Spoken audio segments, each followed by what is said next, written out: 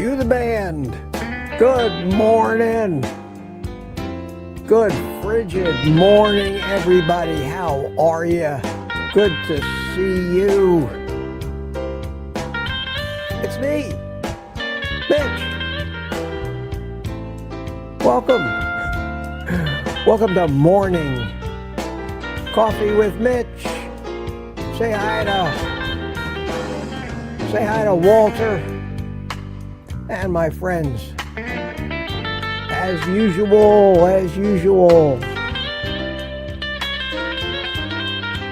Drink it if you got it.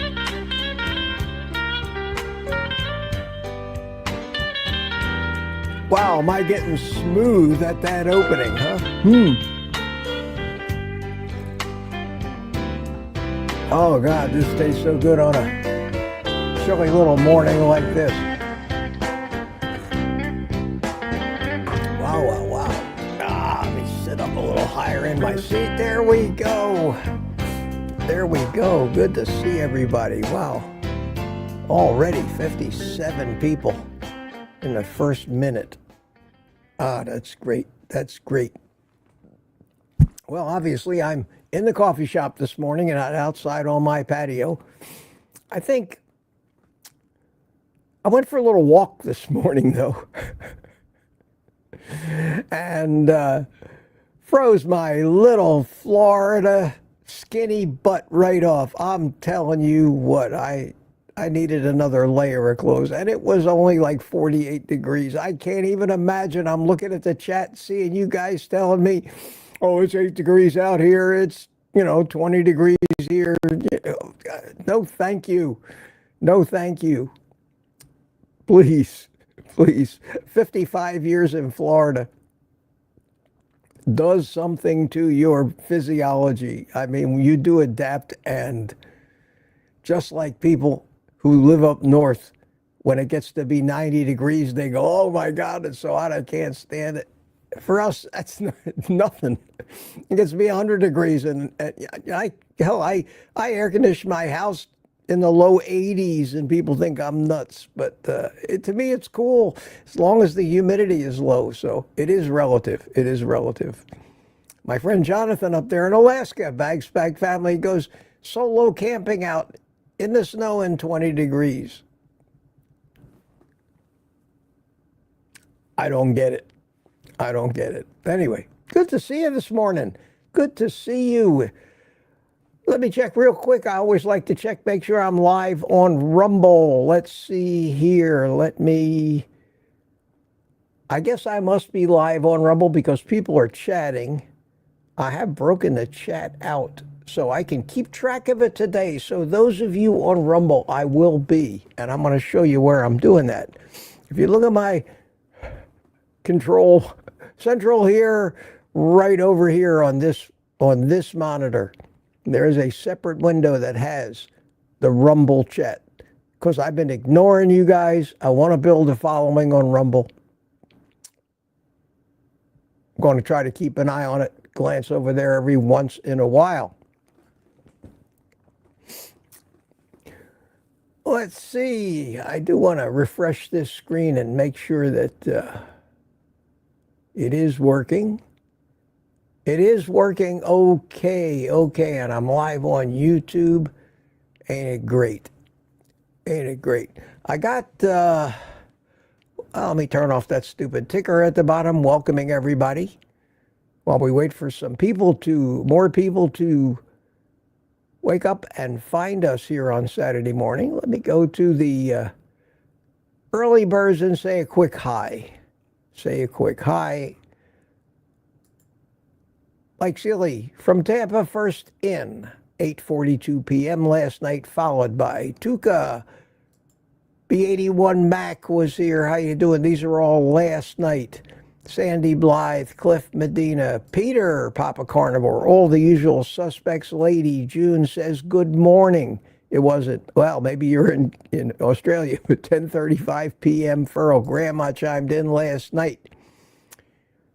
Here come the Insomniacs, Ketra Naylor at 1:37 a.m. Wow. And Gary Arzamendi, evidently he hadn't gone to bed yet. He chimed in at a little after 4 p.m., but he's out in California, so that was like 1 p.m. for him. He says it's cold in California now, 40 to 50 degrees. Well, welcome to the club. Just makes another good reason to fry up some hot bacon today. Hi, Mitch, and all the Mitch fits. He coined that phrase. I like that. I like that. And Mike Seeley woke up at 4:24. That's about the time that I got up. And Touramir's back. Lady June is back this morning. Everybody says good night to me and says good morning to me. Isn't that special? I love it. I love it. Granny Booze chimed in about 5:10. Everybody was up early this morning. Tweet and Pearl. That was 6:30 something. Donita Tess chimed in. And Nikki W. chimed in. 10 degrees here in Iowa. Wow, wow, wow, wow, wow. And Francine Bourgeois from Montreal, how you doing? A reasonably cold 3 degrees Fahrenheit. Well, it is January, kids. I mean, Papa Carnivore, like me, is complaining about a chilly 51 degrees here in South Florida. I know you guys want to kill us. You want to smack us in the face, grab us around the throats. 51 degrees, hell. Are you crazy? No, I'm telling you, it's real. For us Floridians, we freeze our asses off. And you can always tell a Floridian in the wintertime down here. Outside, we're the ones bundled up like Eskimos, and the tourists and the northerners are the ones running around in Bermuda shorts and T-shirts or swimming in the frigid water. Gina Cav, how you doing? Good morning to you. And we have Mike Silly Sr. chimed back in. Rick from Miami chimed in down here. Good morning, Quackers. He says Smoothie 420's here. Michael Pregler's telling us that it is 8 degrees in northeast Iowa land. Wow, wow, wow. Richard Williams from Copper Hill. Good morning, Richard. Retired Rick is here. Jerry Bell is here. Hello, meat people. Sheriff C.B. Carmack, good morning. Meet folks, he says. Wanda Gerling, looking for the first in at 8:30. About 8, what was that? 8:18. I need another sip of coffee. Need another sip of coffee.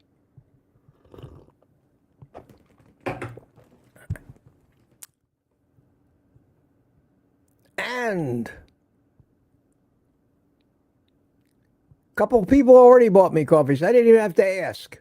See, you guys are getting with the program now. Thank you. Jeff Johnson bought me a coffee. Thank you, Jeff Johnson. Here, I have to hear carnivore discussion. God knows I don't hear it from friends or family. Love this. Yeah, you got that right. Mark Whistler, my good friend. Got a nice cup there, LOL. Yes, this is a cup. And I love it that Mark Whistler made for me. And he evidently made some more. I've got some more coming, and I've got some for Ellen that I was all ready to send her. And he says, no, stop, wait, I got more. I have another cup for Ellen. So, but this of the ones he sent me, this is my favorite one. It's the one with Kenny on it. And he told me how long it took him to search for a Kenny with a black hoodie, not a red hoodie like Kenny always wears, because I wear a black hoodie outside, and he wanted it to look like me. So everybody seems to think that I look like all these different characters. What do you think? What do you think? There is a resemblance, and I love it. I love it, Mark. Mark, thank you so much, man. Thank you for that. Thank you for that. Really appreciate it. All right, Mark Booz is here. How you doing, Mark? Good to see you. He's here in frigid Florida, too. And I chimed in and called you all coffee beans this morning, trying to be a little original. Lynn Garber, another frozen Floridian here from Deerfield Beach. Steve Studley, still, to this day, looking for that butter and salt. One of these days, Steve, you'll find it. Boyd Lamb is here. Hiya, Boyd. Aaron, Booby Goats. It's a nice 25 degrees while feeding the chickens this morning. I remember the butter for my coffee. And Aaron has 10 children. 10. Count them. 10 children to look after. And she still has time to feed chickens and have coffee. Wow. I can't even imagine. So let's see here. We have Gary. Hi, Gary No Slow chimed in at 27 after. Bill Cook is here. How you doing, Bill? Good to see you. Somebody got up early, he says. Yeah. Edward Renner says, good morning from San Diego. An early bird out there at 8:29. And everybody's shooting for 8:30 here. And the winner got it this morning. Tom, congratulations, my friend. 8:30 on the money. Tom's always close. He's either right there. I'm telling you, the guy's on atomic time. Must have atomic clocks on the wall with second hands. Fabulous. Good to see you. And he probably has to know that he has to anticipate it by about a second for whatever delay it takes for the email or for his message to get registered on the Google server. Good job, man. John Logan chimed in shortly thereafter. Wow. Gary says it's 40 degrees in California. Lizzie chimed in, says good morning, and we'll get through the 8:30 people here. Smoothie Tuka chimed in at 8:30. Hiya, Tuka. And Lizzie, you got 3 screens this morning. I do, Lizzie. I do. I'm in the house. This morning. It's a little chilly outside. This is, you guys you haven't seen this recently, but I have. Wow, somebody said, who's sending me texts this early in the morning? Oh, it's the VA. Isn't that nice? Telling me about my appointment on January 9th, which brings me to an announcement that January 9th, I've told you this before, I just want to remind you that I have an early morning appointment with the VA. And I will be moving the live stream because I'm going to do it, but it'll start at 10 o'clock. So Wednesday and Thursday of next week, you West Coasters, hope you'll be here and take advantage of that because I'm going to be here early at 10 o'clock on Wednesday and Thursday of next week. So VA reminding me that I have an appointment. And do any of you get kind of a little annoyed at the amount of reminders that you get whenever you have an appointment for anything? I get emails, I get texts, I get phone calls with robocalls on them. I get calls from a doctor's office where it takes their stupid recorded message 2 minutes to get to the point. Hi, this is Dr. Ferdworker's office. You have an appointment. If you can't make this appointment, please call our office and they give you the number. If this is an emergency, please hang up and call 911. The doctor, and they go on and on and on with a big commercial about the doctor. Then they say, if you want to confirm your appointment, press 1 now. And you can't hang up because if you don't confirm it, they'll keep calling you every 10 minutes until you do. So it's absurd. And the same thing with the VA. If they call me 3 times before every appointment, they send me 3 emails before every appointment, they text me 3 times before every appointment, and every one of those, I have to actually wait, listen to whatever they have to say, read whatever they have to say, confirm it, text back a Y for yes, N for no, F for go, F yourself. Oh, God, why don't they just plug the machine right into our butts, and that way It can communicate directly with us instead of us having to go through all this stuff. And I tell these doctors when I make my new appointments, I say, please do not. I have it on my calendar. I will not forget. I've never forgotten an appointment in my life. I've never been late in my life. You do not have to remind me 9 times. And they do it anyway. Okay, sir, we won't do it. Yeah, right. Okay. Anyway, little pet peeve. Mini rant this morning of the many things that, that just annoy the hell out of me. And the older I get, the more annoyed I get at these things. Wow. Anyway, Lizzie, Lizzie, you got to join me for that rant. Cliff Benita says, looking good, Mitch. Yes, thank you. Thank you, Cliff. It is professional set design. No makeup though. A different hat from my collection this morning, and let me show you guys what I'm wearing. I'm wearing a hat. It says Joe Nall, 2010, South Carolina, Triple Tree Aerodrome. My friends and I, all of whom are long past now, we're avid model aviation enthusiasts, and we used to every year we would make a pilgrimage in May with trailers loaded with model jets and helicopters and airplanes and up to South Carolina and to the Joe Nall. It's the biggest radio control fly-in event in the world. Thousands of registered pilots, people who register for it come.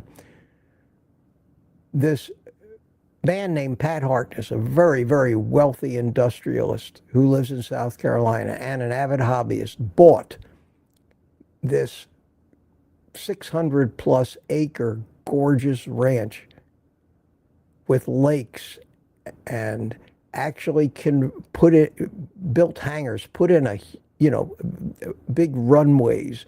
I have videos from Joe Nall which are fabulous and great memories of me and my friends. And we would go up there.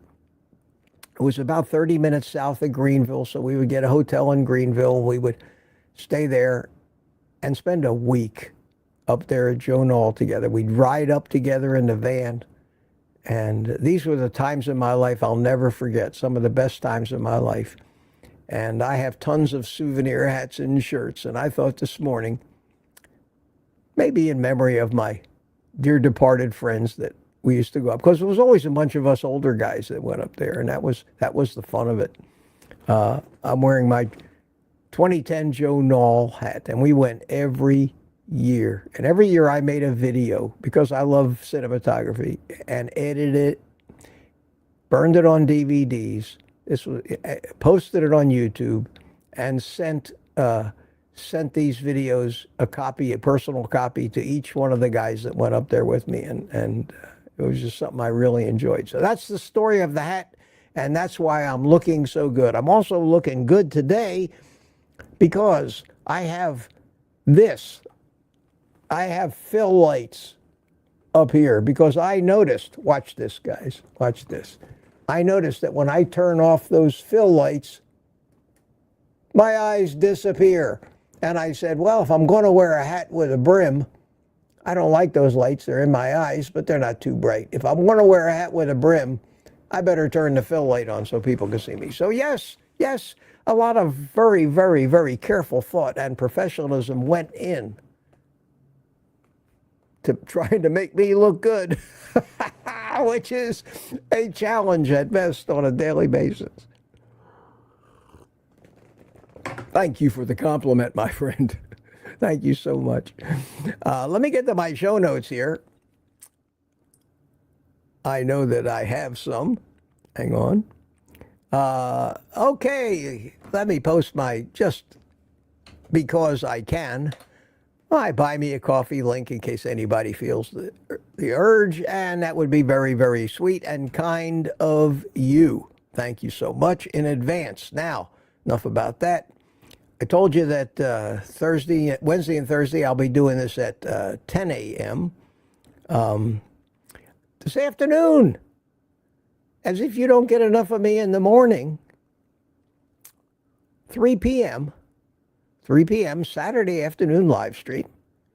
And we'll have a panel, because that's what Saturday afternoon has become, and open to everybody, not just private community, but we want to meet you. I want to meet you. I already know you guys that come in every Thursday night. I know you, Peter. I know you, Greg. I know you. You're absolutely welcome, of course, on Saturday.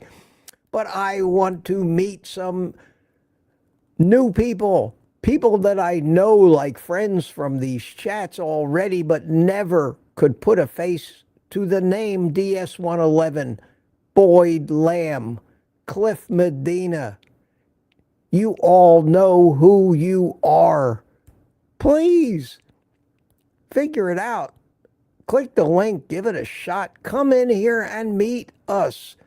Let me know who I'm talking to. I talk to you guys every day, and many, many others. And women too. Please come in. That's what these things are for. And you get hooked on it too. I mean, it's great because they're not just names. They're not just YouTube handles. People who we don't even know their first name. So please, 3 o'clock this afternoon, come in and join all of us. I'm going to do it from outside. It's going to be in the mid-60s here today. It'll be gorgeous out there.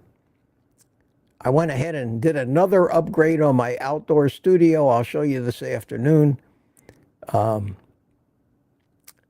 try to make it easier for me to read that stuff in the sunlight and everything, because I fully intend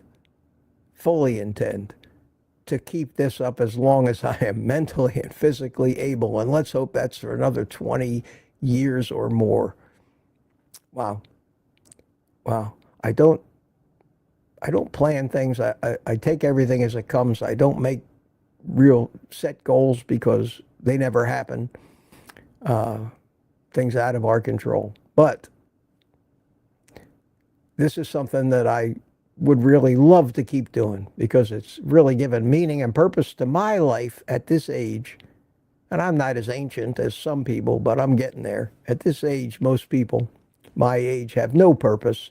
They're just retired, sitting around watching soap operas, waiting to die in between the doctor's office visits, the drugstore visits, and the lab visits. That's no way to live. In case I failed to mention it, put QQQ in the chat, guys. If you have a question for me, I'll be looking for them. Got a couple of things I just want to show you today. Just a couple of curiosities, and then we'll get on to the questions. How we doing with time? Not too bad. Not too bad. Let's see. What's the first one? The first one I want to show you is I got an email from Trisha. And she sent me a couple of pictures that she had. And she says, I want to send you these pictures to kind of just point out how people used to look back in the 40s and 50s. This was normal. How healthy people looked, how thin they looked. And it's true. And she sent me a couple of these pictures. And I said, I'm just going to show them to everybody. It was nice enough for her to send them to me. So let me show them to everybody. And here's another one. Look at this. This was at a fast food restaurant. When's the last time you've been in a fast food restaurant and saw a crowd that looked like this? This is also reminiscent of the beach pictures from the 50s and 60s that we see. There were very few overweight people. Most people were healthy and thin. This was the BSE, I call it. It's another acronym that I'm coining today. The BSE, just like the acronym I coined the other day, the BGMS, the Bacon Grease Management System that I invented. But BSE means before the sugar era. It's kind of a takeoff on BCE. But yeah, this is what we used to look like, friends. This is it. This is what we used to look like. Look today. Just look today. Even the 10-year-olds are waddling. It's terrible. Absolutely terrible. At any rate, I wanted to bring that to your attention. What else I got here? Oh, this was interesting. This was something I saw on my YouTube feed. And it's just kind of a commentary on our society. And it says here, Google pulls ads. And I take that personally because they demonetized a few of my videos because they said it wasn't suitable for our advertisers. And they do that. Google, of course, is YouTube, pulls ads on meteorologists tracking climate. Okay, so we got a scientist and a meteorologist out there that's tracking climate, and evidently he said something that kind of went against the globalist climate change narrative. And they pulled his ads. They demonetized his video for unreliable and harmful claims. This has got to stop. This is just getting worse and worse and worse every day. When you deviate from the World Health Organization or the UN's climate change things, they cancel you. They just come out and cancel you. And they tell you, there's no room for debate. You are a denier. It's settled science. This is one of the major things wrong with our society today. And with diet, one of the first things that actually needs to be fixed. And that pissed me off when I saw that today because I know how it feels. I know how it feels because I say that, think first before you... I shouldn't even say it now. I shouldn't even talk about these drugs. It'll demonetize this live stream too. I hope we can fix this stuff. It's a shame that I have to have a clipboard full of things I can't talk about unless I want to get a strike or get demonetized. Or, at worst, have my whole entire channel just deleted and disappear. And they can do that too. And there's no recourse. Believe me, no recourse to that.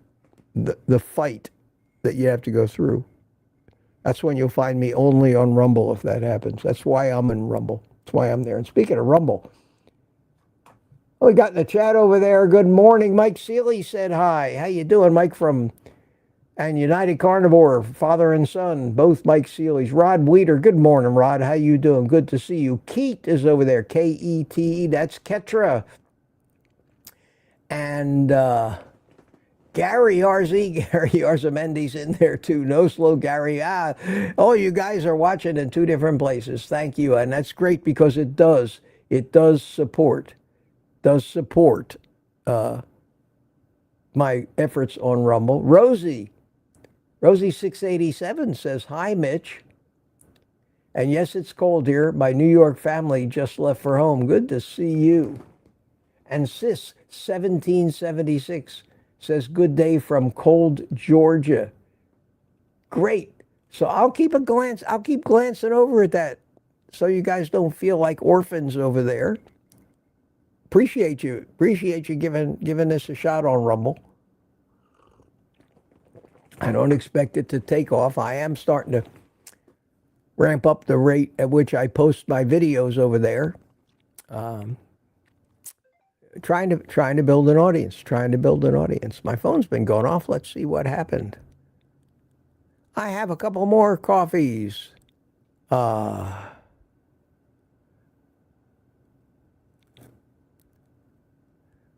Brian brought me. He says, nice cup. Thank you, Brian. Appreciate that, my friend. And Cliff Medina sent me.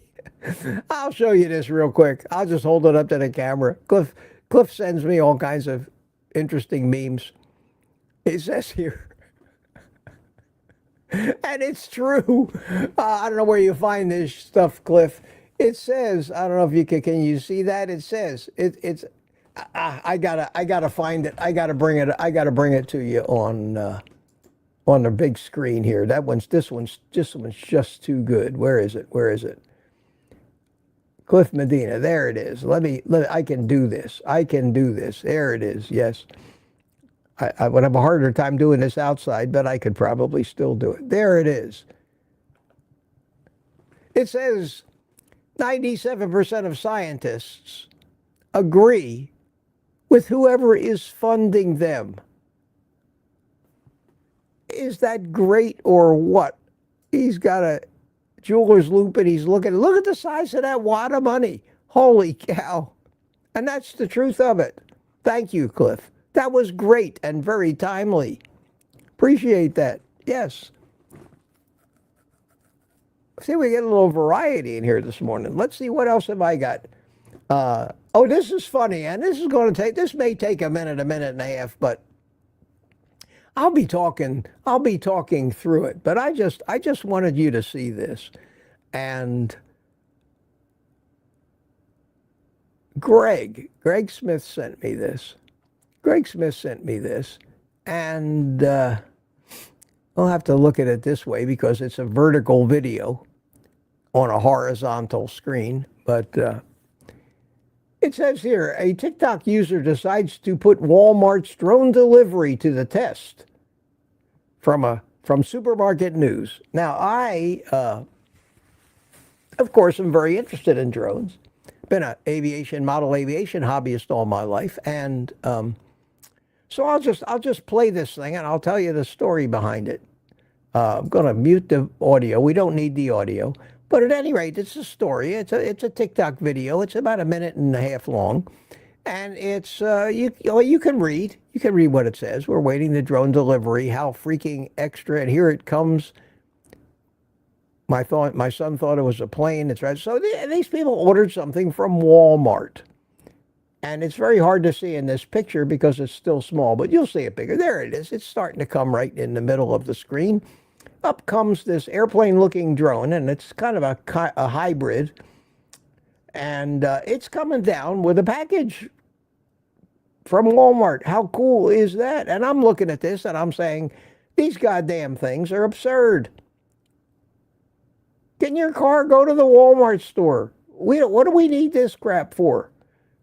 And I'm watching it, and I didn't know it, but Greg sent me this video because he knew I was interested in drones, and he thought I'd think it was cool. See, but I've been fighting this drone delivery nonsense for years. It has ruined the drone hobby. It kicked me out of it. It created new government agencies, all kinds of new laws, and I hate it. And it'll never really work. So what happens? They open the package that they get from Walmart, and this is the reason I thought Greg sent it to me. Look what the hell they delivered. Chewy Chips Ahoy cookies. For God's sake. Is that what we've come to in this country? We can't even go to the store and buy our own poison and garbage.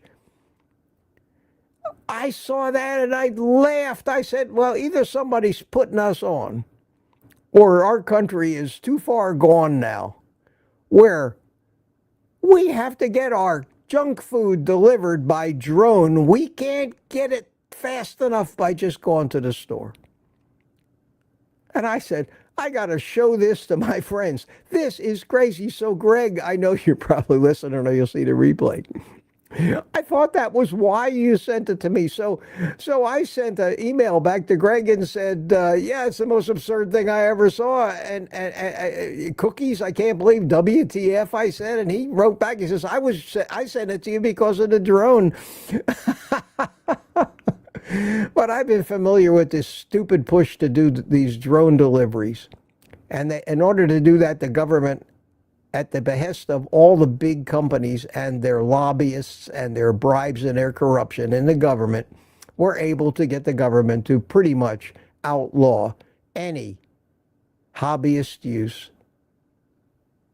of model aviation and drones, except for some very, very, very restrictive things, which make it almost not even worth doing anymore. And I kind of gave it up, a hobby that I've loved all my life, because some fool needs to get their chewy Chips Ahoy cookies delivered by a friggin' drone.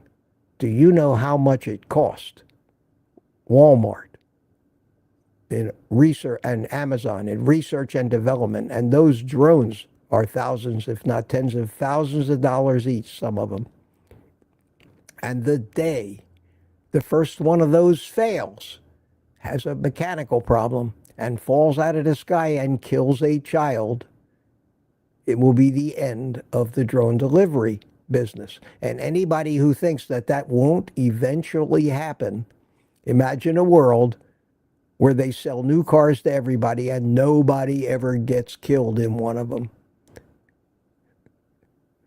It's inevitable. It's inevitable. It's a height of stupidity. Height of stupidity. If you want to deliver shit, do it in a car or a truck. It's been working for years. It'll continue to work.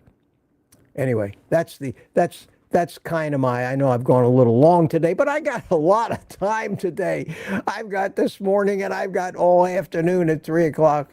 I don't want to run out of things to talk about. So maybe I'm a little heavy on that this morning, but I honestly thought that was, a drone thing was, to me, very, very, very, very ironic.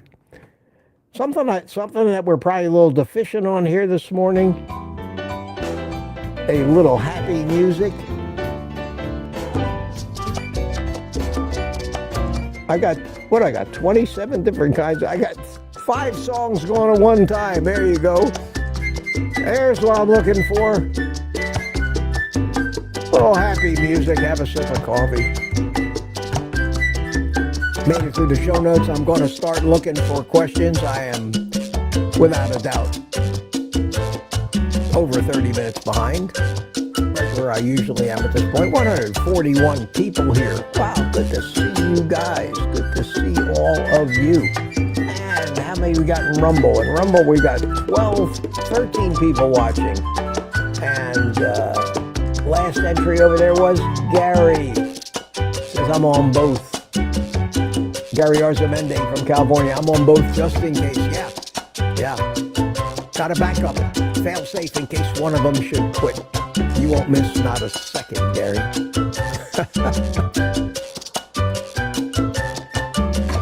Okay, I'm happy now. Enough of that. All right, let's resume the search here. QQQ in the chat if you've got a question. Last entry I see in the chat was at 9:07. Bill Cook. No one is up this early on a Saturday. Well, I beg to differ. Bill. We have 143 people.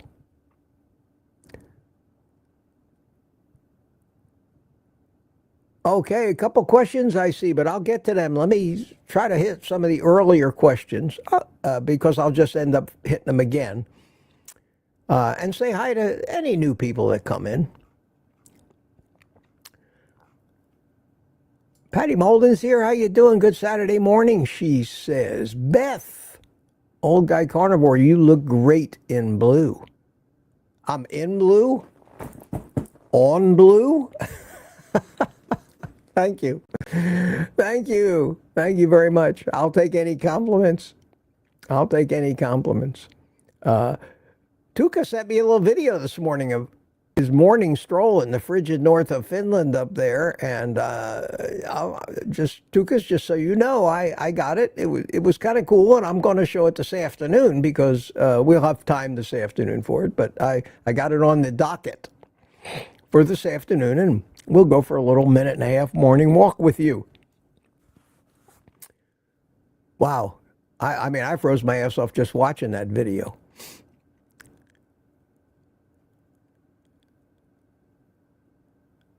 Oh, Donley, Maciel Ordonez got on my shorts at 21 degrees. Yeah, you're crazy.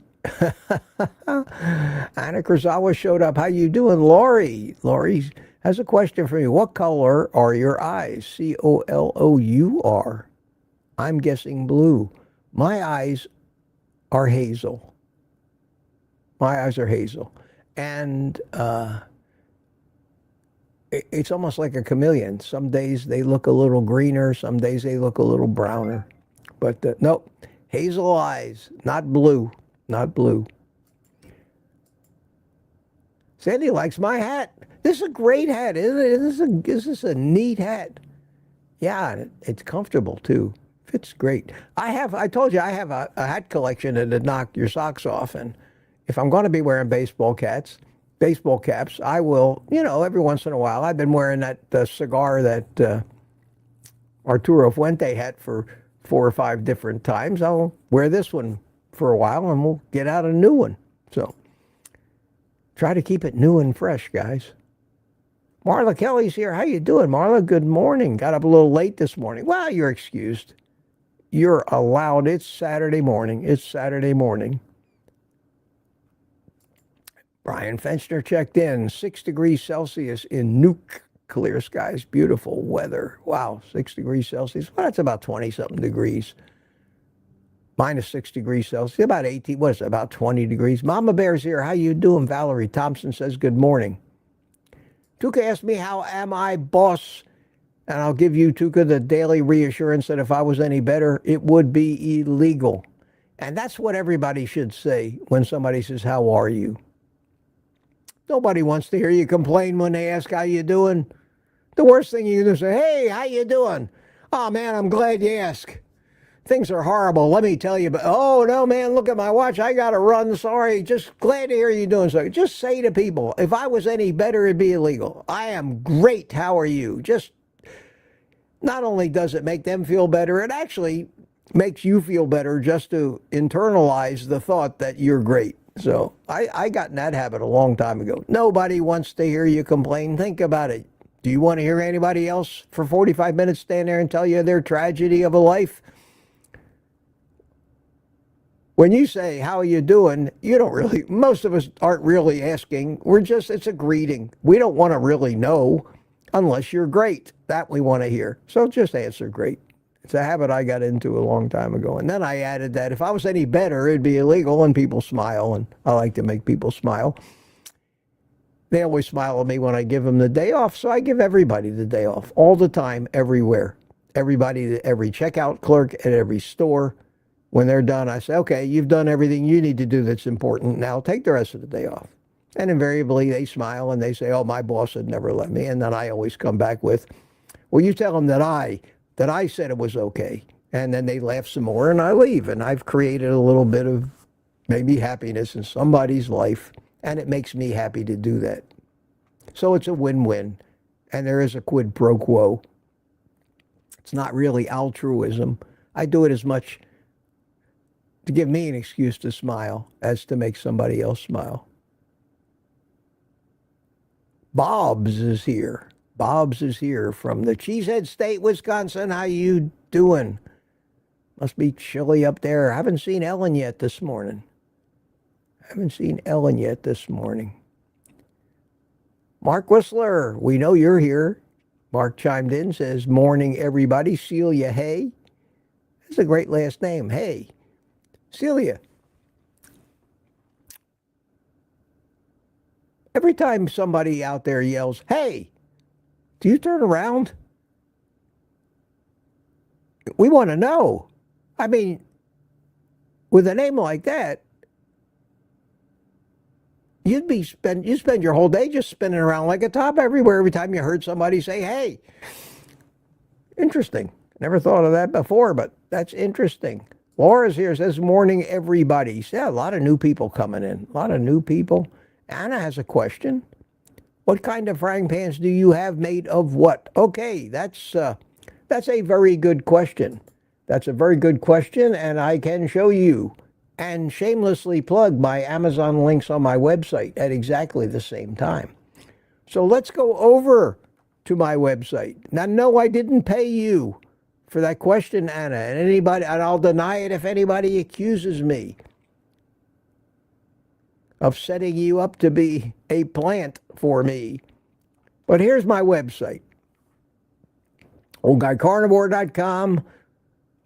This is the homepage, all the private channel members, a Buy Me a Coffee link, pictures of everybody who has, there's Sherry, pictures of everybody. There's Mark Booz that has bought us, Nikki W that has, and coffee cups.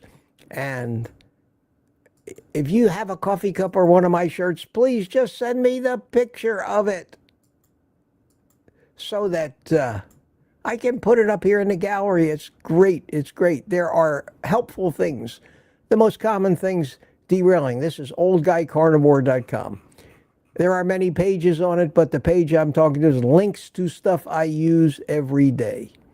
And on that page, you will see t-shirts, supplements, food and pantry staples, kitchen, small appliances, and tools. That is where the frying pans are, as well as all kinds of other neat stuff that I use. And we get down to the frying pans, and here are the frying pans I use right here. And if you want to find out all about them and you're thinking that you might want one, you get them through this link.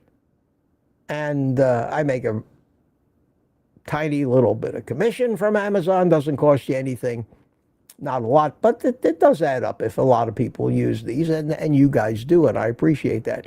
I have two different frying pans that I use, basically. Now, I have other frying pans. I have a lot of old Teflon, well, not Teflon, but non-stick pans, which I have never used. They're buried back, and would be more work to try to dig them out from where they are and throw them away than just leave them there for right now.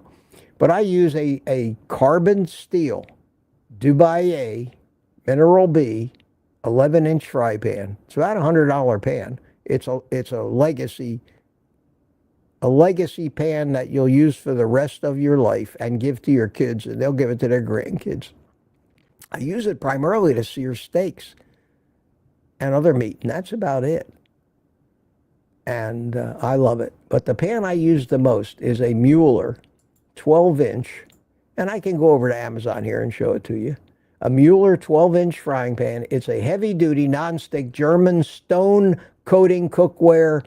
No PFOA, APOE. It has got no PFAS, no forever chemicals, no nothing in it. It is perfectly inert.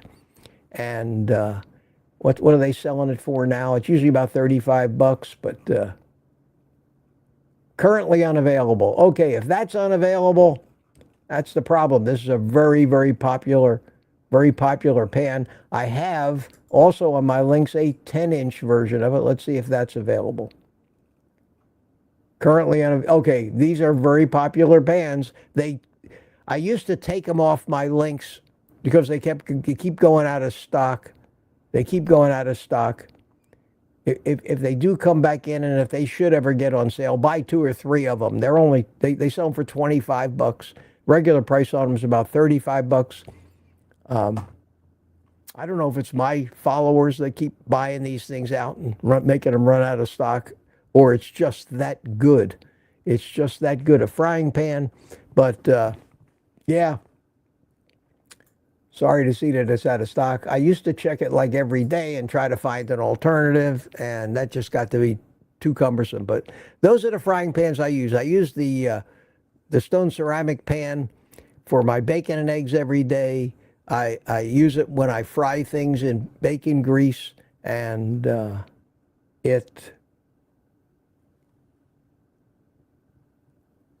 pardon my confusion, I'm looking at something flashing up on the screen there. And they're great pans. They're great pans. So those are the pans I use. The carbon steel, you can use for everything, but it does require a little work. You have to make sure you keep it seasoned.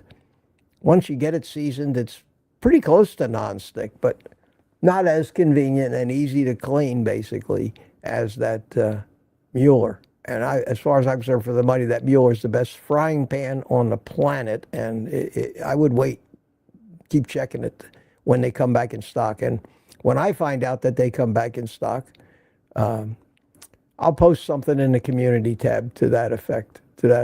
So thanks for that question, and I hope that answered it for you.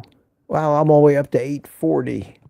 8:40. Well, I'm now officially 40 minutes behind in the chat. Or 30. No, I'm 30. Well, 20, 40, 10. No, 40 minutes behind. Cool.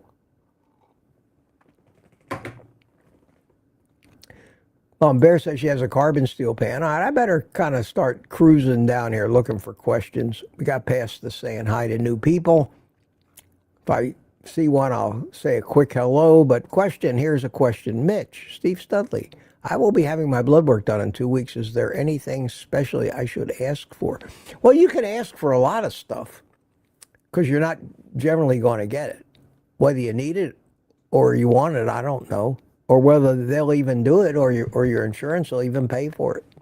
A couple of tests that if you're concerned about your blood sugar and you've been or have been or are a pre-diabetic, then a fasting insulin or a C-peptide would be a good test because that pretty well tells you how well your pancreas is working and how well your body's regulating insulin. You don't need both of them. But we don't keep track of our insulin levels. We only keep track of our blood sugar levels, and the insulin levels are probably way more important to keep track of because insulin keeps our blood sugar within the range, near the range we're supposed to. But as soon as we start to get metabolic syndrome or start to develop the earliest signs of it, maybe 10 years before we become a full diabetic, our insulin levels, our fasting insulin starts to creep up every year. Up and up and up and up and up. And that's a signal that something's wrong. But it's not, doesn't show up on a glucose test because you still have even though you're making 3 times the insulin you would if you were healthy, it's still enough insulin to manage your blood sugar. But what it manages to do while it's creeping up and up and up and up is screw up everything else that relies on insulin to tell it what to do, like your fat cells. When they see too much insulin, they figure you're in fat storage mode and they shut it off. That's why as you become sicker and sicker, you gain weight and become more diabetic, but your blood sugar still says, and your doctor says, oh, you're fine. Your glucose tolerance test was fine. Yeah. Meanwhile, you're 10 years into your journey towards becoming a diabetic. Why won't these doctors run a fasting insulin test? Who knows? More than likely, nobody ever taught them. Nobody ever taught them. So, yes, you could do that if you have a sugar problem. If you're worried about cholesterol and you really want to know what's going on, they have a test called an NMR, nuclear magnetic resonance. And what it does is it further separates. You know how they put blood in a centrifuge? Well, this test further draws apart or analyzes the density of your LDL, not just how much LDL there is, but what it's made of. And it separates the small, dense, damaged, oxidized, glycated, dangerous LDL that are a result of a bad diet, too much sugar, and too many oxidative stresses, especially seed oils. And the big, fluffy, buoyant LDL particles that are so necessary for life and cause no damage and stick to nothing in your arteries and are part of the immune system and need to be as high as they need to be if you let your body regulate it and we stop listening to our doctors telling us how great it is to have low LDL. An NMR is a test that I guarantee you half of these doctors have never even heard of. But what it will do is it will fractionalize your LDL and tell you whether you have, and what percentage, small, dense, or healthy lipoproteins, and you want the high healthy kind.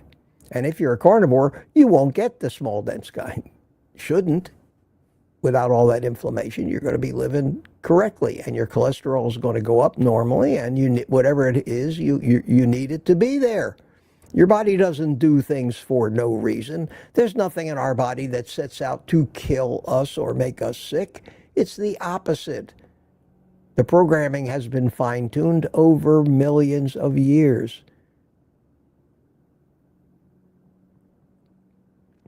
Doesn't make sense that all of a sudden our blood would turn against us in the last 100 years.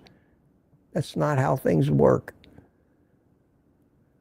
So an NMR test, nuclear magnetic resonance, LDL test, will tell you whether you fall into what they call pattern A or pattern B. And if you are a pattern A, you have no problem and nothing to worry about, no matter how high your cholesterol goes. But I could probably be put in jail for even saying that. Such is the sad state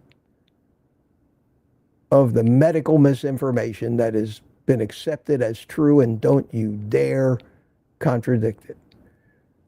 So you might want that test. A testosterone test is something they don't normally order. I ordered one just to prove to my doctor that because I have high cholesterol, I have adequate testosterone, unlike 99% of the American men anymore. But these are things that you can get. Normally the basic blood panels, you want to find out your vitamin D, your vitamin B, all those kind of, you want to make sure that your sodium and your electrolytes are within range, although they're so highly regulated that you really got to be deficient on those before they show up out of range. And when they do, man, you better start downing some electrolytes because those things are so tightly regulated in our body that even when you're almost out of gas, they're still going to show normal in your bloodstream. Anyway, that's about the best I can do. Not being a doctor,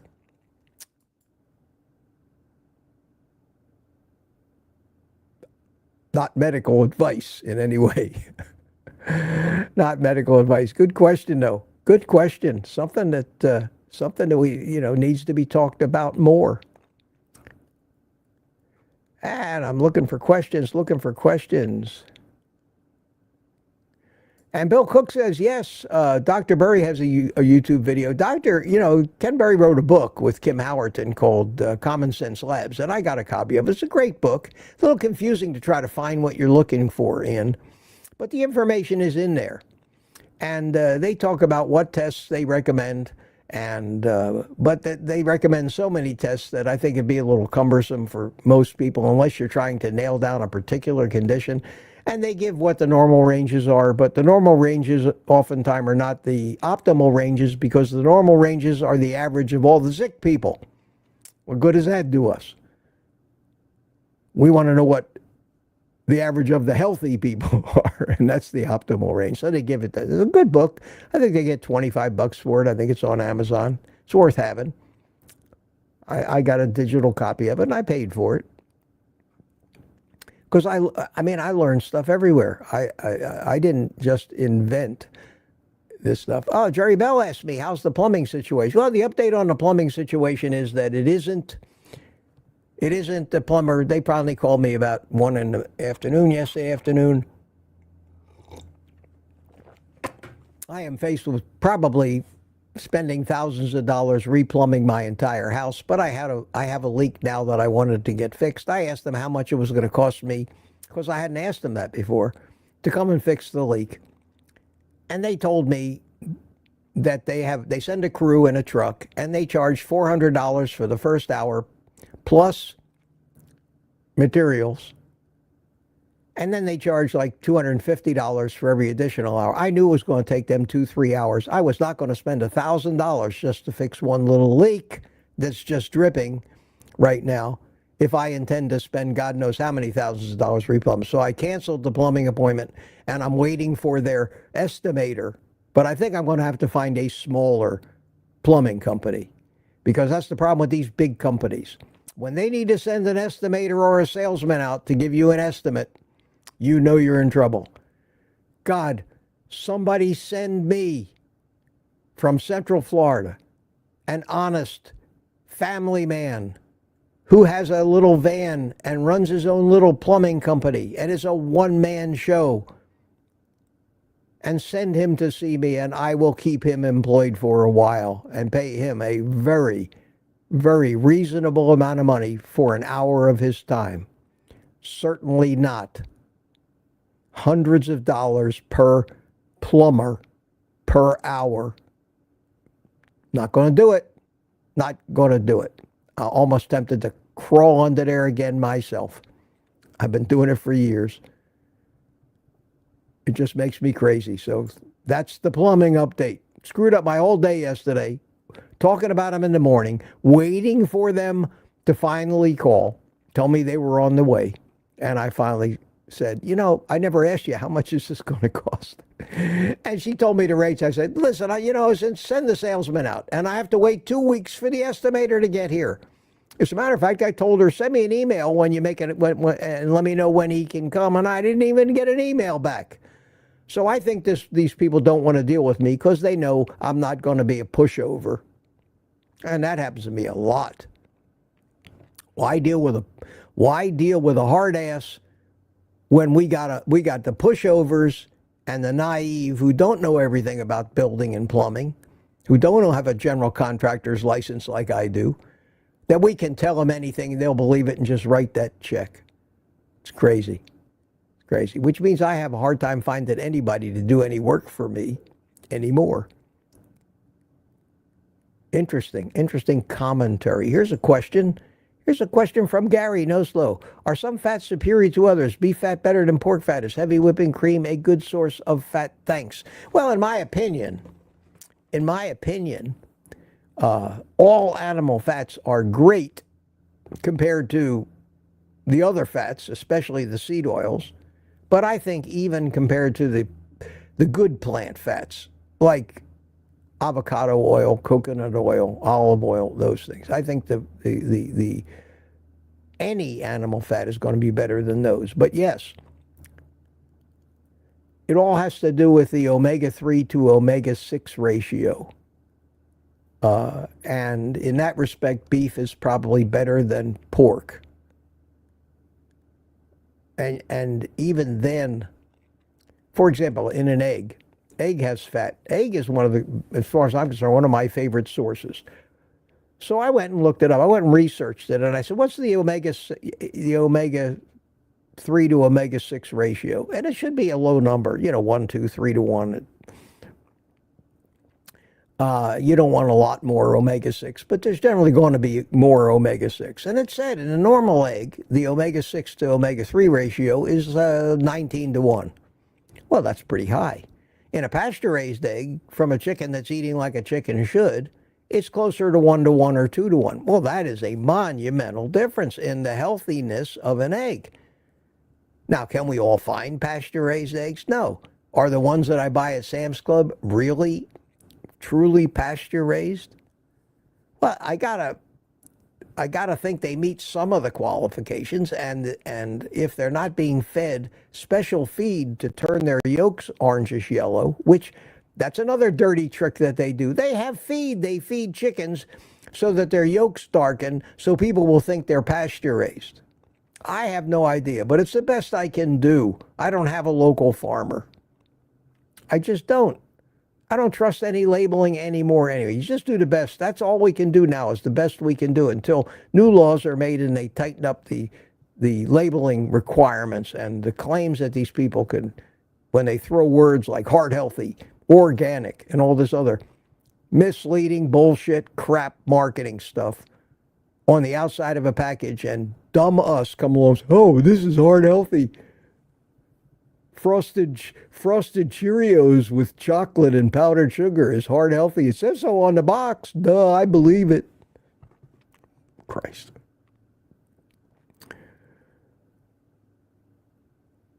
I do the best I can.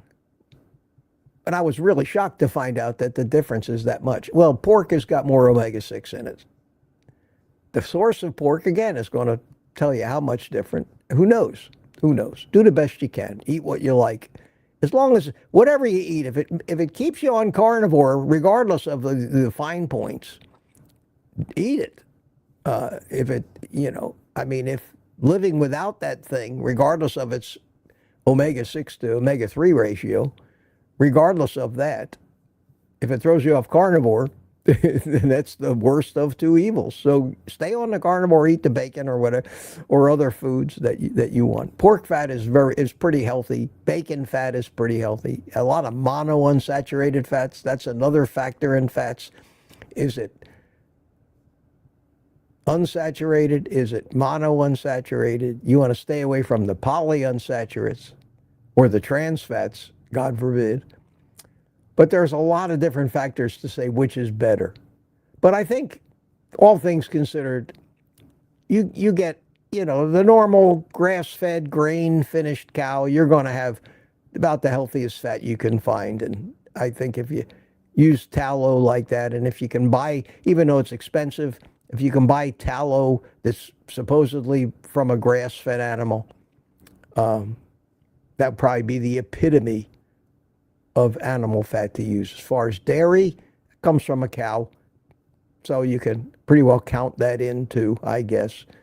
We're not going to have enough of that to really affect it. And people who use heavy cream and eat some cheese don't seem to be doing bad unless that stuff triggers an addiction. It's a great question, Gary. Great question, an important topic. And there's probably a lot of stuff out there that you could research more on it. That was a little overview. I hope that helped. I hear somebody called Living Working Outside the Box. Great setup. Thank you. Great name, Outside the Box. I am right out there with you, floating around in the ether. Completely different. And that reminds me, that's what I do when I come up on my Buy Me a Coffee link. It reminds me to put it in there again. So let me do that. And you guys are just going to have to accept that for what it is. Put up with me. Put up with me doing it. I will, however, treat you to a little happy music for a second and have another sip of my coffee.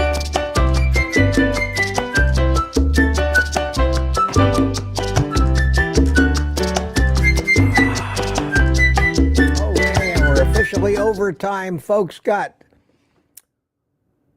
157 people.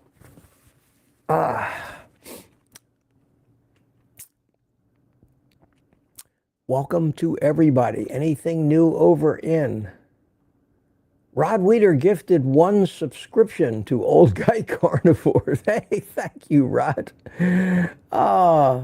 That was nice of you. Thank you, my friend. And jump over on YouTube, Rod, this afternoon at 3 o'clock. Come into the live stream. Let us meet you. Thank you for that. Appreciate that. And I told you I made a little upgrade to my outdoor studio, which I'll show you this afternoon. And I will be able to probably have enough screen real estate, there's a big hint for you, to throw little additional windows up and be able to keep track of more things. So I'll show it off this afternoon. Robbie, I see Booby Goat says, and it's a recent chat, Idiocracy wasn't funny when I watched it long ago. Thought it was true.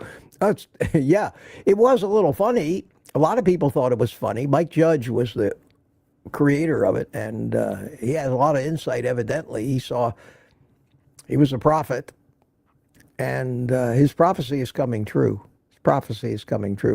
It's actually what it is. What's been happening to us is the opposite. It's de-evolution. It's survival of the weakest. That's what's been happening to us for the last 50 years. Because of the people that are capitalizing on the weak. And in a normal, non-manipulated, closed system of evolution, only the fit would survive over time. We've screwed that up. Modern medicine has screwed that up. Curing living things that in a normal, unscrewed with system would die because they were inferior, and passing on inferior traits is not an evolutionary benefit. And I know a lot of people don't believe in evolution, but I do. And it's an elegant system that works until you screw with it. And God, are we screwing with it? Like everything else. Look at what we've done to our diet by screwing with it. Oh, back to the chat here. 8:51. Oh my God. This is crazy. I'll never get through this. I may have to, if I don't, here's the deal, guys. If I don't get to your question this morning, come back in this afternoon and ask it again. May not get to it then either. Do the best I can. And I love answering the questions, but I also love interacting with you and saying hello and reading the chat. I'm going to start screaming through it here and see if I can't just pull out the questions. Sorry if I haven't said hi to you. If I haven't said hi to you yet, it's because you were late. Get to school on time, children. There. Boy, you sure are having great conversations, though. Oh, I saw pot smokers go by. What was that about? Pot smokers need a little help, Lori says. Yes, now we know the speed of stupid. Oh, you guys are great. I'm telling you. Oh, man. You all have great senses of humor. Well, you have to put up with me. Dixie Scott, hiya, Dixie. How you doing? Good to see you. Here's a little question popped up. Mitch, how much iodine do you take in a day? I take 2 drops of the Lugol's 2%. Just throw it in my coffee as a prophylactic. I don't know if I have any symptoms. I know that iodine is very good for your organ health. For men, iodine is very helpful for prostate health, and that's probably the main reason I take it. And I'm doing okay so far. I mean, I probably got a slightly enlarged prostate like every friggin' other man my age. So many of them my age have already have to be on drugs like Flomax because it's a normal thing in older people for certain things to grow. You look at an old man, what are the 2 things you first notice? He's got ears like Dumbo the elephant and a nose like Jimmy Durante. These things normally get bigger. Why? Probably because as we get older and our sense of smell and hearing over time had diminished, our ears, which are the antennas for sound, get bigger, and our nose, which is where the air comes in and we smell things, gets bigger. This is just normal. Well, for some reason, our prostate gets bigger.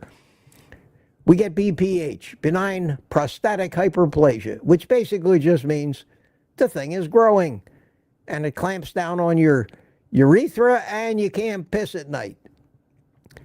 I'm not at that point yet, but I have noticed a little bit, and I had done a lot of research about that, and I have found that, there's a lot of supplements you can take or drugs, and I don't want to do that. There's saw palmetto, there's something called Flomax, which they gave me when I passed my kidney stone, and that had ridiculous side effects that I wasn't ready to put up with, but I took it for a few days anyway. I passed the stone, I guess. I don't know if it helped or not. Who knows? But after 4 days or 5 days, when I passed the stone, I stopped taking the Flomax. Never really experienced the symptoms of the side effects that it claimed, but I don't think would be a very fun drug to be on for a man. But I did read somewhere that, about the benefits of iodine, and some men had, they found that helpful. So I upped my dose from 1 to 2 drops a day. I'm going to continue to see. And right now I'm not having doesn't seem to have any problems in that department, and everything's working well. And if I see that it might start progressing, I'll up the dose a little bit. And maybe that's what iodine does for me. I don't know. I don't care. I'm not taking enough of it to hurt me. It's a pure prophylactic thing because I know that the cows aren't getting enough iodine and the chickens aren't getting enough iodine in the soil. So I'm not getting enough iodine in the chicken or the beef. That's when you say, okay, I'll supplement something. And virtually all the things that I supplement, except vitamin D, and that I'm supplementing because of my blood test, that's all. But everything else I supplement is only a base essential mineral, period. That's what electrolytes are. That's what iodine is. That's what calcium is. These are minerals. These are things we're built out of, and no doubt that we need not only to grow and heal ourselves, but to keep the machinery running day to day, create the energy and everything else. We need phosphorus. We need calcium. We need iodine. We need sodium, potassium. We need the different metals. These are all right from the periodic table of the elements. Good question. That's the long answer for yes, I take 2 drops a day in my morning coffee. Can't taste it. Can't taste it. Is that right, Kenny? That was my Kenny impression. Okay. Babs is here in Wisconsin. How you doing, Babs? No cigar today, Road? No, not in the house. I don't smoke in the house. I will, however, for those of you who really miss my cigar, have one this afternoon in the live stream. And it's going to be gorgeous out there. It's going to be in the mid-60s. It'll be a little warmer in my sunroom or my screen porch out there. I will. Everybody is asking me about my plumbing, and I just told that story. Glenn Ish, question. Hi, Mitch, just wondering if you did your labs. Nah, you know what? I haven't gotten to it yet. I haven't been able to get over there. I have to go first thing in the morning. If I go later than that, they'll be screwed up because I will have fasted too long. Isn't that an amazing problem? You can't fast too long before your labs because your body starts doing things like going into autophagy, making sugar with gluconeogenesis. About 12-hour fast is about the longest you want to do. I can't do that without canceling my morning live stream. So I'm going to have my blood drawn the morning that I go in to get my physical. Just as well, because it's useless for me. My doctor, you know, to have her go over my blood work is an insult to me. So I'll get the results. I'll get the results maybe 3-4 days later online, because I can get that from the VA, and I'll analyze my blood work, and then I'll report to you. And I'm sure if my doctor sees anything like my high cholesterol, I'll get an email from her saying, you need to have an ambulance sitting outside your house at all times, because with a cholesterol as high as yours, you can't possibly live more than 10 minutes. And that's the normal. And then I would reply, don't you remember what I told you last year and every year for the past 9 years that you've told me the same thing about my screaming high cholesterol? Thank you. Thank you very much. I'm twice her age and 3 times as healthy. Don't believe your lying eyes, though, you know.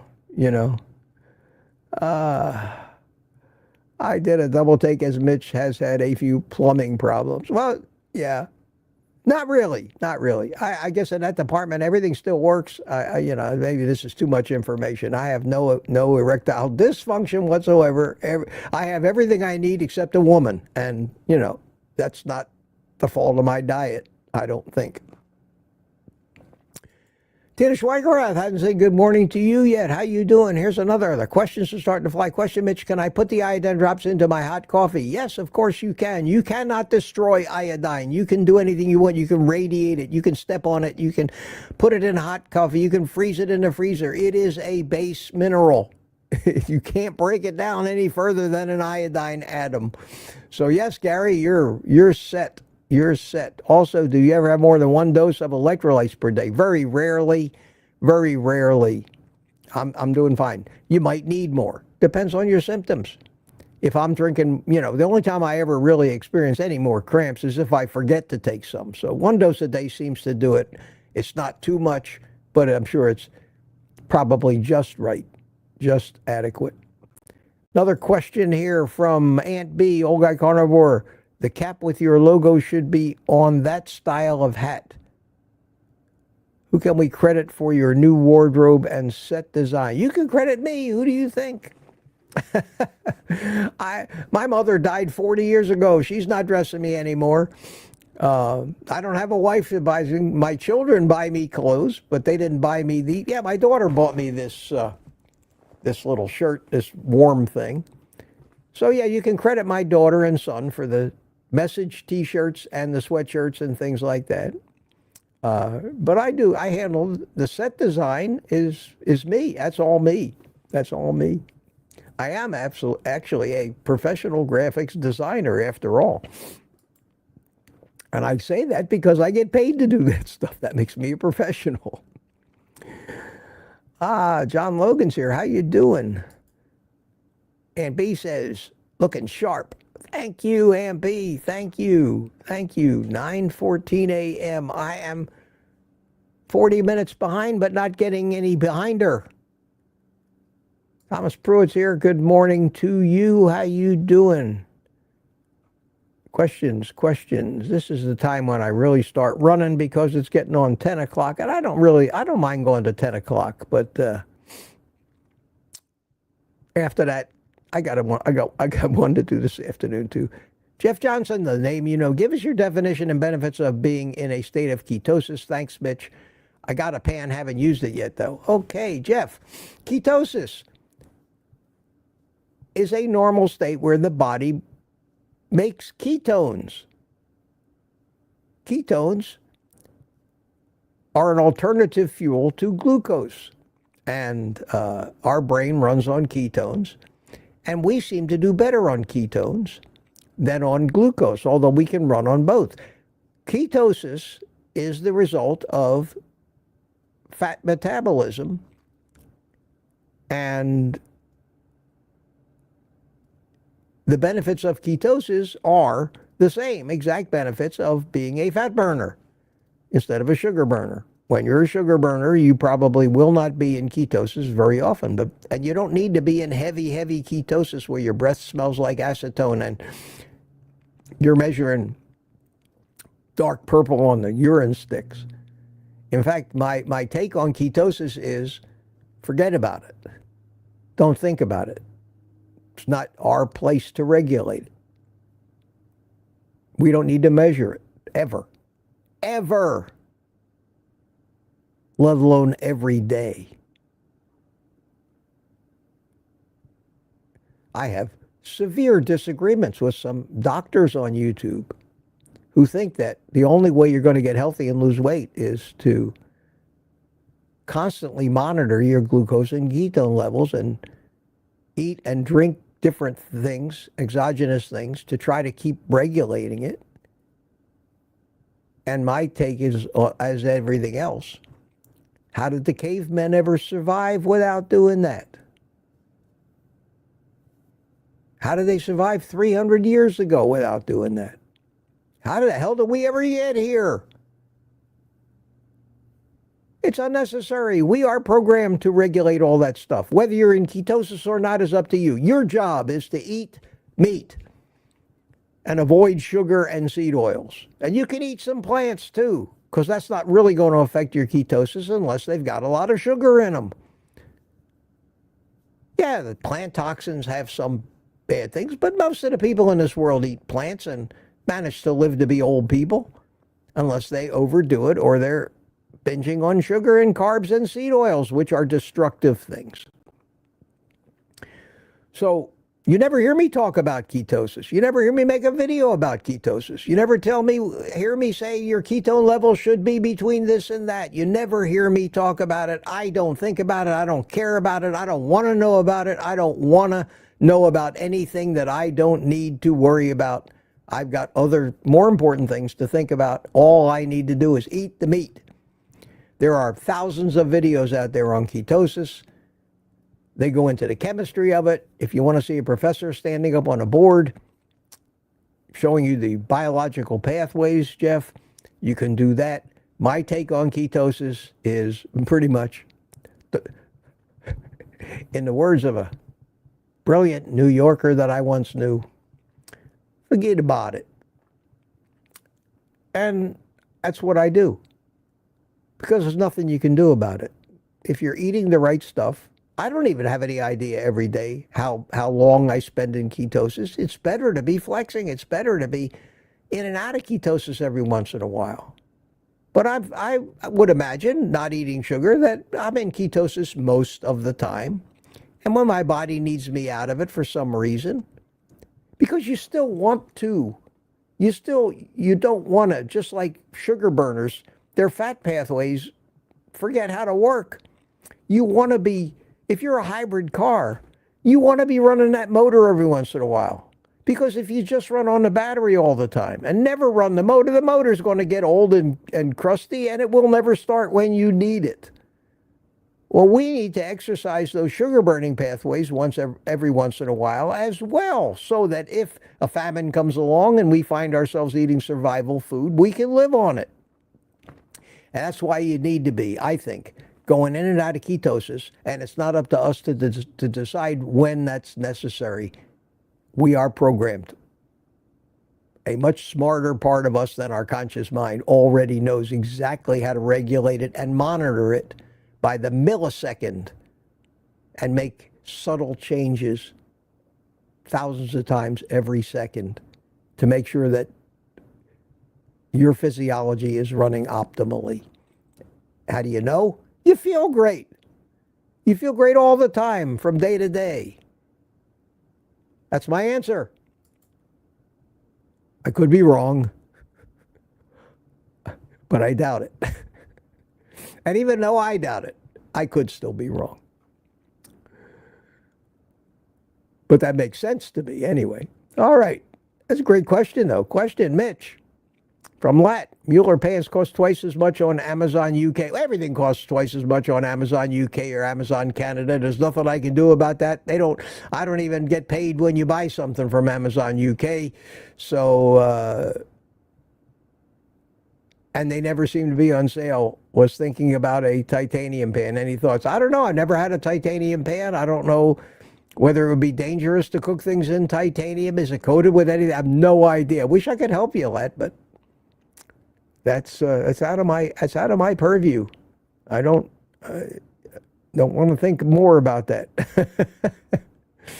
And I hope you find. But I think if you're going to buy a frying pan today, even an aluminum one or whatever, and you're going to buy a coated pan. If you want to buy a carbon steel pan, that's great. Carbon steel is carbon steel. There's a number of good manufacturers. They're not cheap, but they last a long time. The Dubai AI I like the best, but there's others. Go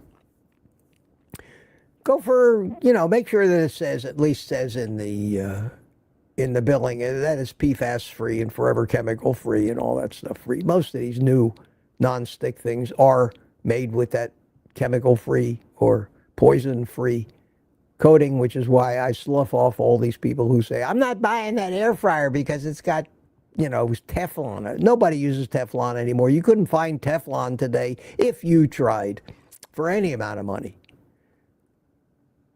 So that's that.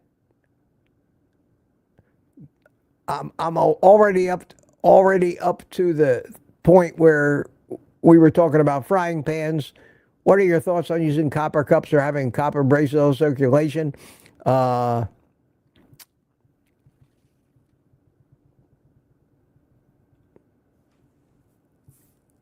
Believe what you want to believe.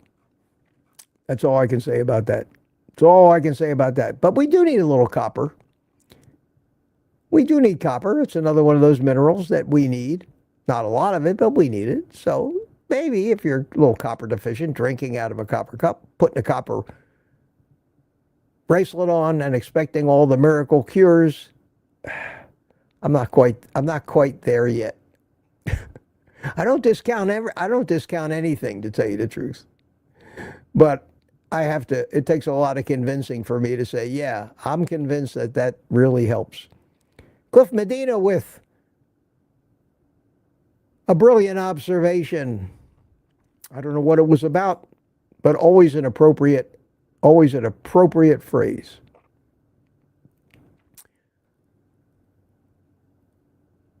Yeah, Cliff says, yeah, you're exactly right. You're exactly right. Yeah, get the F out of here. That's kind of basically what I told him. But I'll listen and Mitch get some Flex Seal. Flex Seal ain't going to do it. I got news for you. This is not a Flex Seal this is what they call a shark bite kind of repair. This is me trying to mate polybutylene plumbing which they made 30, 40 years ago and turned out to be to self-destruct over time, and they made it illegal, but so many homes have it. And you can't even glue things to it.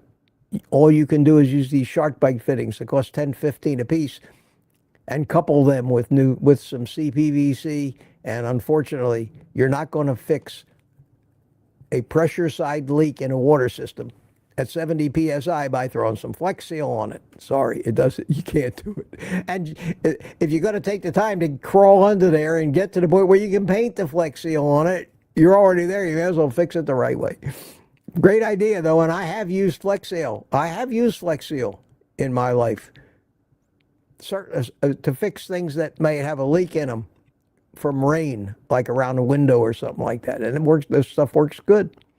Never tried cutting a bottom out of a boat before, but and you don't see too many commercials for Flex Seal anymore. Maybe at 3 o'clock in the morning, but so we're all everybody's running through this section here, telling me why the plumbers are such crooks.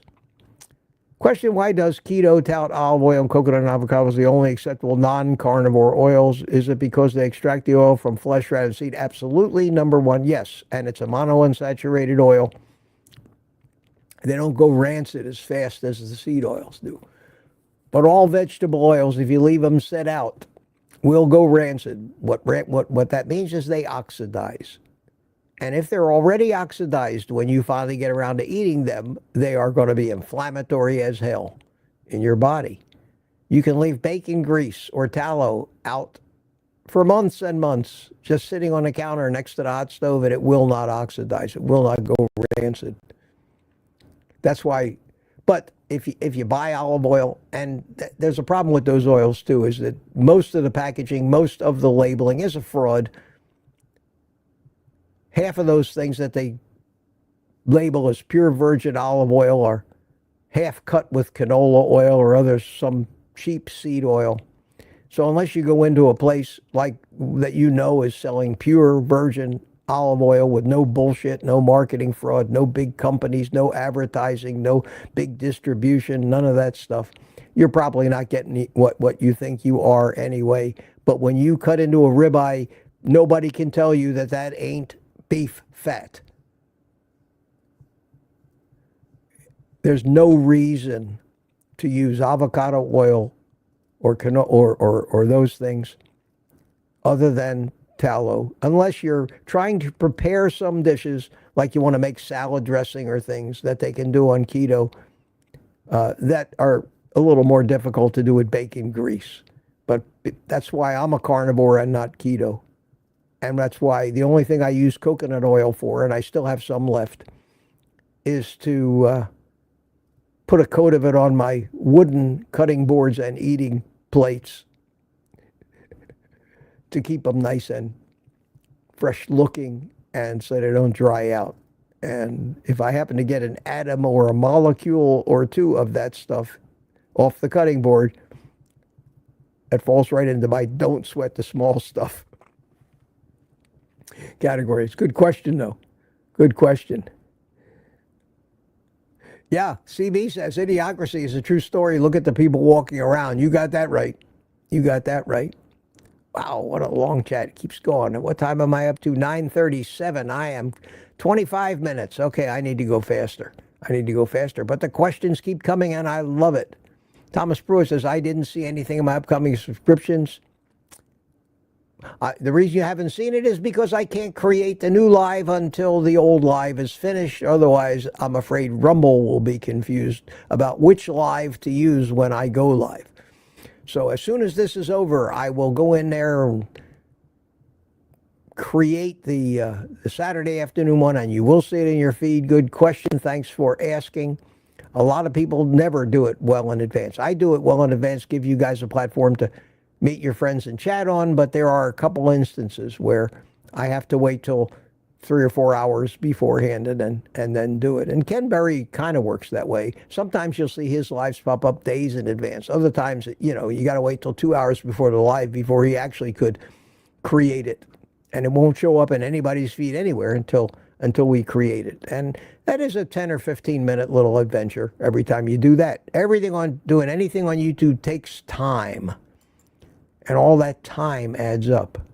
What do you tell your doc about cholesterol? I've given my doc studies. I've told her everything. I've tried to teach her about LDL, about all the different reasons and everything else. I think she actually believes me after this time about now. Whether she'll practice any of it, I don't know.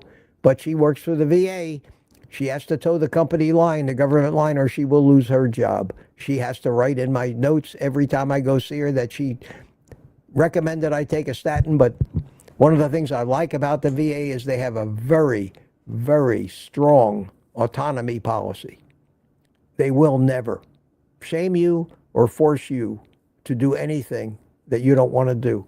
They will recommend things, but you'll never get any heat about it. It's pretty much in their doctrine.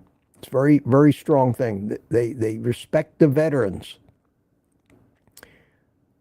Never fail to be thanked for my service whenever I go to the VA. They do respect the veterans, and they respect, believe it or not, the intelligence of the veterans. So when a veteran says, no, doc, I don't want to do that, the doctor says, in her notes, I recommended this, the patient refused. That's all. That's the end of it. So no, I never get any heat from her anymore. Not like some of these arrogant, egotistical, ignorant, fat doctors in white coats with stethoscopes that want to argue with you when you don't want to take their advice, and in some cases even fire you. You can imagine me in a situation like that. You can imagine what would come out of my mouth and what hand gestures would be flying if any doctor ever tried to pull that crap on me. And they have. And they have. And I've fired a lot of doctors in my time, especially lately. I even fired my dermatologist, who I love, just for something simple. But then I hired him back because I love him. And he does a good job for me. Checks me out every year. Thomas, Mitch will send the StreamYard link in the chat. Yes, if somebody, Peter's answering, somebody says, how do I come on? The link will be in the chat. Just like my Buy Me a Coffee link is in the chat right now. Let me see if anybody bought me some more coffees with all of this. Rosie bought 5 coffees for me. We know a lot of Rosies. This is not the one I think it is, but maybe it is. Rosie bought 5 coffees. Thank you so much. This will warm you up. You better believe it, Rosie. So much appreciated. Thank you. Thank you. Drew Fustenberger is here. How you doing? Wife cracked me up. Said if you ask Mitch a question, take notes, as it will be a 30-minute answer.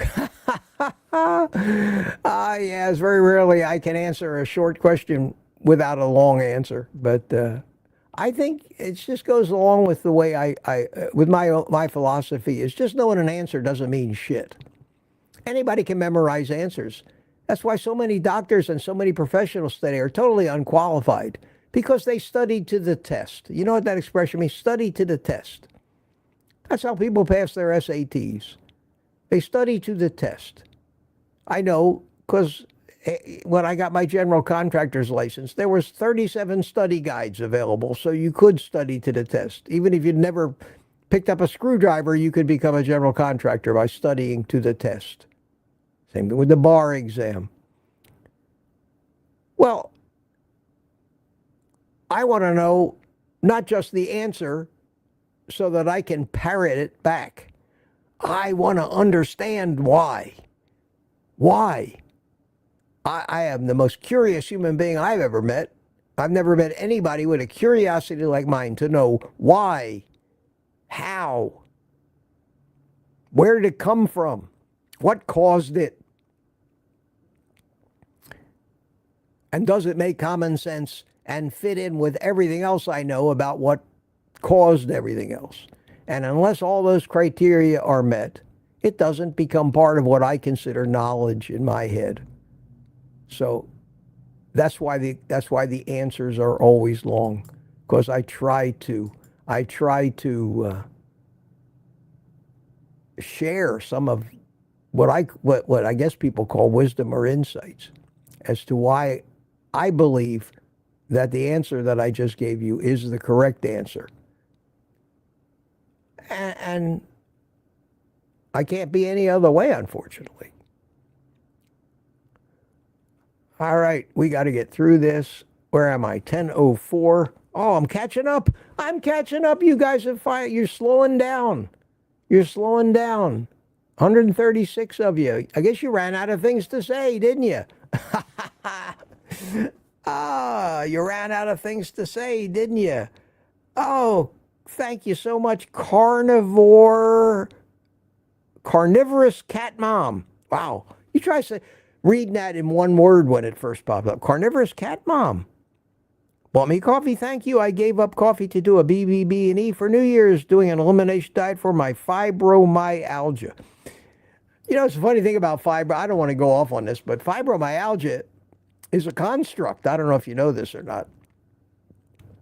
I know this because my ex-wife ruined her life and her health and her immune system, and they couldn't diagnose what was wrong with her, so they called it fibromyalgia. Fibromyalgia basically just means pain. It doesn't say a thing. It doesn't seem, it's pain.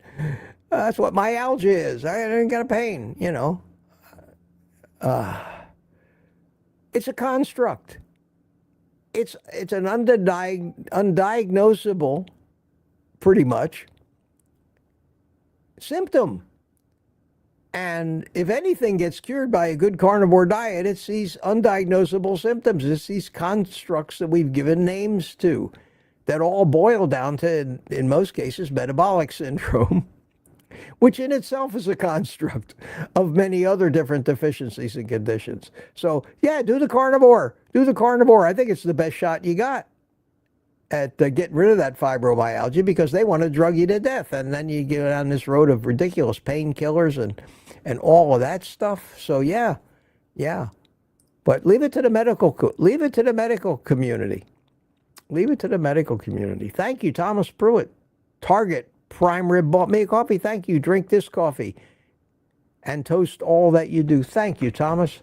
So kind of you. And I do have a little bit of coffee. So, to Carnivorous Cat Mom, to Thomas, and to those other of you earlier who have been so kind to me. Thank you so much. And it's still hot. It's still hot on the warmer, yes. Okay, we're catching up. The end is almost in sight, and we're approaching the 1 hour and 45 minute mark. But I see the end in sight, 10:06. I am 10 minutes behind and cruising through it, looking for questions. And so far, I think I got them all. I did it. I found the bottom. I don't want to say I hit bottom, but I found the bottom. Papa Carnivore, Babs, Terry, Sue, Thomas, Pruitt. Thomas Pruitt, Target Prime Rib says, thank you, I will. I bought you a coffee, Mitch, before I go. A carnivore toast to all your help. Thank you. And over there in Rumble, I see No Slow and Rod Weeder is still chatting away. But the action is here in the YouTube chat, my friends. And I did it. Got to the bottom. Wow. And thank you for slowing down a little bit towards the end there. I guess maybe you get tired of just typing like that. I know I would. And we did. We got to the end. And thank you so much. Thank you for your support. Thanks for just showing up. Especially on a Saturday morning or a Sunday morning. Sunday morning seems to do okay.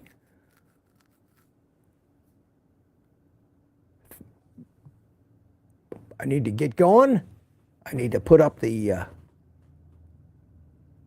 live for the 3 o'clock, and I'll do that as soon as we all get to take the rest of the day off. So my friends, thanks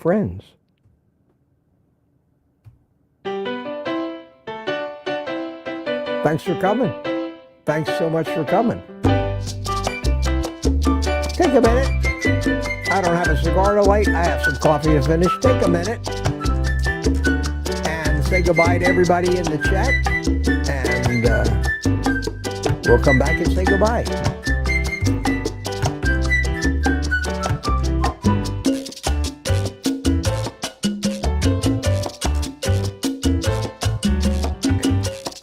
Say goodbye to my little friends.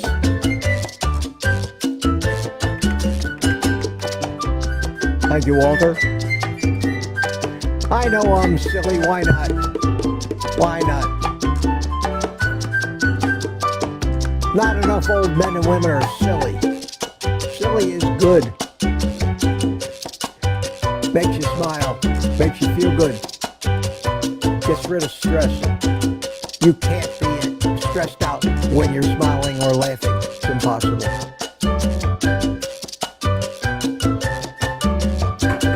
Okay, my friends.